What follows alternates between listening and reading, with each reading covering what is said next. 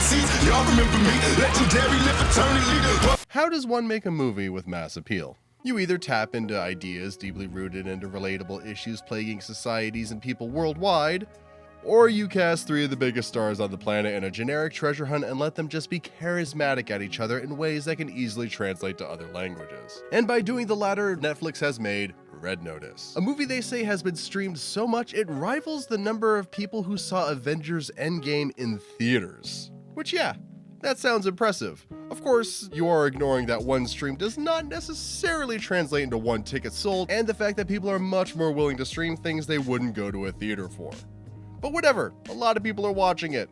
Good for Netflix. So, Red Notice is about The Rock and Ryan Reynolds teaming up to fetch some artifacts before Gal Gadot fetches them first. They travel around the world quite a bit, end up in jail at one point, they banter, they quip, there's some decent, if not toothless action, an Interpol cop lady constantly shows up to make things harder, and the end is a sequel bait. It's a modern movie, and by all means, it's fine. Maybe a little forgettable, and everything is extremely clean and the fight scenes lack bite or any kind of tension. Also, one scene was made overly bright in post, and parts of it was shot on super obvious sets. Also, the twists were, pretty easy to predict. Not helped by the movie being overly simplistic at times, leaving my mind to wander and ponder why a character would do the things that they were currently doing. Not that it really took a lot of brain power to piece together, which, again, is fine. Just look at Titanic. It's the most predictable movie of all time, with some of the most stock and generic characters ever seen on the big screen. But it works, because the cookie-cutter characters are living through relatable issues and actual tragedy. Also, we want to watch the pretty people make a car steamy.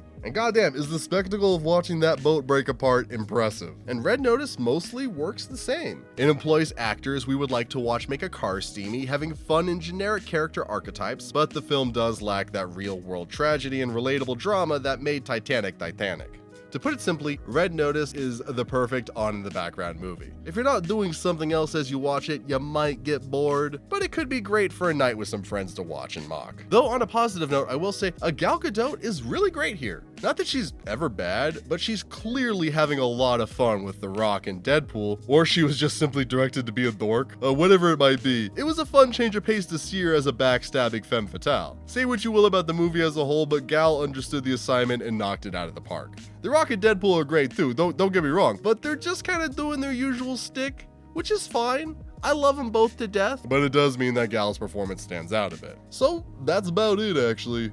Have you seen Red Notice? And what are your thoughts on a movie that gets overly simplified for a wider viewer consumption? Give me a shout down below and let's chat about it. And I'll see you next time.